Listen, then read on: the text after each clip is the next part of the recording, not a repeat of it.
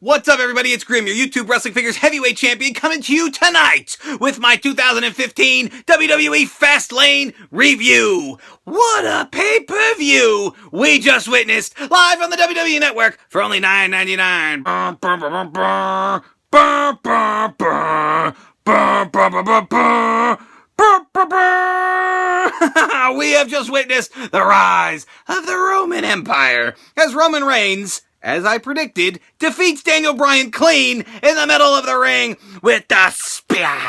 He speared him good like this. Oh man, it was a good as hell match, and it really established Roman Reigns as quite the competitor. I thought he was really good in this match, and so was Daniel Bryan.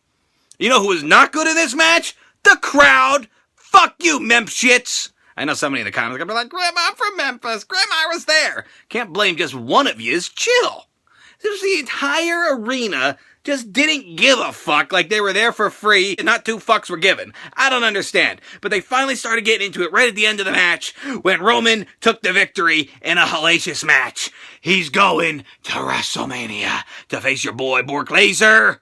Daniel Bryan at the end of the match came up, shook his hand, and said, "Go, you better kick his ass.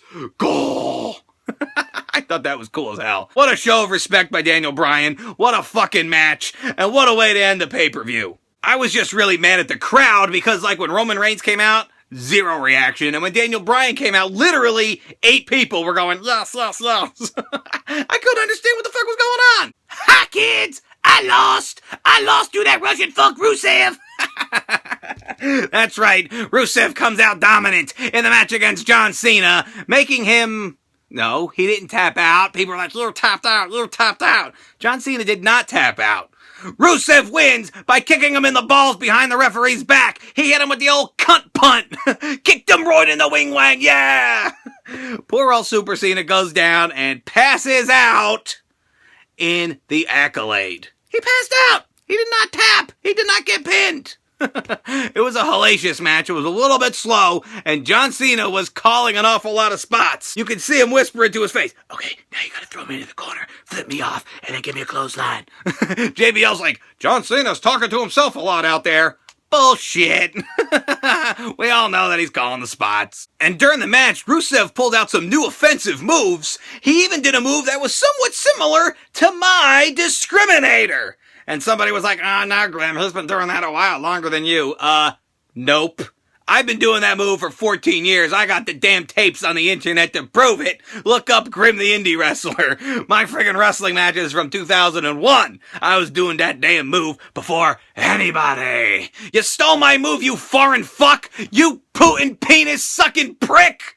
I guess it's not that big a deal. It's not like I'm in the WWE. It's not like I'm ever going to be in the WWE. So have at it, Rusev. In one of the most epic scenes of the night, the Druids start coming out. You know who the Druids are, right? Zack Ryder, Adam Rose, Darren Young. No. The Druids are, the Undertaker's little minions and stuff. And they come out with their big torches. They put the butt of the torch down by their dick. And they got like these big flaming cocks sticking out into the entrance aisle. And out comes a casket. Who's in the casket? Well, the Undertaker's music starts playing. They wheel the casket up to the ring. They open the casket, and up pops Bray Wyatt. Hi, baby booster bitch. Right? We got Bray Wyatt sitting there. Troll level, legendary. Just like I said, Bray Wyatt versus The Undertaker coming for you at WrestleMania 31. The feud has begun. There was quite a few fucked up finishes on this pay-per-view. One of them being when Dean Ambrose fought Wade Barrett for the Intercontinental Championship. Now, I thought that Dean Ambrose was going to walk away with the gold here. I really thought that Wade Barrett was going to lose. And he should have lost. But now it looks like we're building up towards a rematch at the WrestleMania. Rematch-a-mania once again. Because Dean Ambrose got disqualified for not answering the referee's 5 count.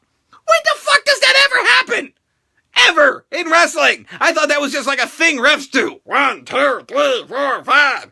I didn't know that they actually enforced that fucking rule. But Dean Ambrose got disqualified. You know what else Dean Ambrose did in the match? The first time I've ever seen somebody do a flying elbow drop off the top on a guy who's standing up on his feet. I've never seen that before. Quite innovative, Dan Dean. Another match that had a real wonky finish was the Divas title match. You had Paige going up against Nikki Bella. It was the breast match of the night. But here you got the Bella twins dressed up like bumblebees. Or if you were looking at Nikki Bella's tits, bumbledees. Nailed it. Right? So these two divas are having a match, and it's actually a pretty decent match. And then all of a sudden I'm noticing something gross going on about Paige. And it was something that I noticed like 2 or 3 weeks ago going on gross about Paige. And, because I'm kind of a pervert, when the girls are flipped over on their back, their legs up in the air, of course you're going to look in their crotch. I mean, you're not a man if you don't, right? So I'm like, what did Paige shit her pants? What the fuck is all that brown shit down in her crotch? And this happened a few weeks ago on Raw, too. It's disgusting. I'm like, what does Paige have, a fucking irritable bowel syndrome? She's shitting her pants in the ring? And then all of a sudden I noticed some of it crosses her stomach. And I said, wait a minute. It's Nikki Bella's fake tan rubbing off on her pasty thighs. Failed it. What a waste. Poor Paige. Looking like she shit her pants in the ring thanks to that fucking bronzed bitch. Oh, man. And then what happens? Then Paige has to lose. And Nikki Bella retains the title. Princess John Cena looks strong and retains the Diva belt to go into WrestleMania as a butterfly bitch, or a bumblebee bitch, or a bumblebee bitch. Who cares? One of the other epic segments of the night was Triple H and Sting having their little powwow in the ring, right? Triple H's music comes on. He comes out dressed up in his tough guy attire, leather coat, like Triple H, I'm gonna kick some ass. I'm not just in my suit. I'm not the COO tonight. I'm ready to brawl. His fists are all taped up and shit. And then all of a sudden, caw-caw, caw-caw, out comes Sting. Wearing a drum major's jacket, he looks like he's ready to parade the high school band down Main Street Avenue in Disney World. What the fuck are you wearing, Sting? Aye, aye, Captain. He looks like he's wearing some type of captain coat. I don't know.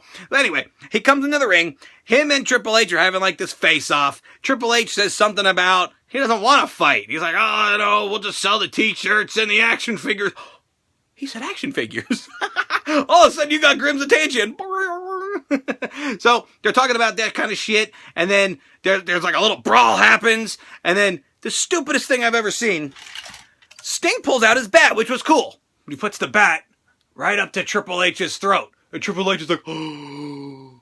Okay, you have a bat to your throat, dude. It's not a fucking shotgun. He's not gonna blow your brains out if you move. It's not a fucking knife. It's not like he's gonna stab you in the throat. Just grab the bat and pull it away. You're the fucking game, dude. Why are you afraid of a fucking bat in your throat? Like, who cares? Triple H pulls himself away. It's hammer time. Goes into the ring, gets a sledgehammer. And now we're going to have ourselves a weapons match. No, because then Sting is just like, and points to the WrestleMania sign. They signed the match. Sting versus Triple H at WrestleMania. I hope they get to use the bat and the sledgehammer, because that would be phenomenal. You know what I was super surprised to see? Cesaro and Tyson Kidd won the tag belts from the Usos. And you know what else I was also surprised to see? The Usos wrestling a match wearing anal beads around their necks. What the fuck is up with that? Don't you guys know that those things belong in your asshole behind closed doors? Oh, man. And this was a decent match. Nothing exhilarating here, nothing crazy, but it wasn't bad at all. It was definitely a very good tag team title match and brand new tag team champions. Congrats to the Masters of the Universe, or the Brass Ring Club, or the Cock Ring Club, or whatever the fuck they're called, Cesaro and Kidd. I kind of felt bad for Goldust and Stardust because their match fell flat on its face right into a pile of nobody gave a fuck. They got like zero crowd reaction. The match wasn't very great. It was kind of slow moving. And then it even had one of those weird finishes where Goldust just rolled up Stardust out of nowhere. Surfer Stardust, mind you, because he was wearing a new attire. They took my suggestion and dressed up Stardust in something different so it didn't look like a gay S&M porn going on in the middle of the ring.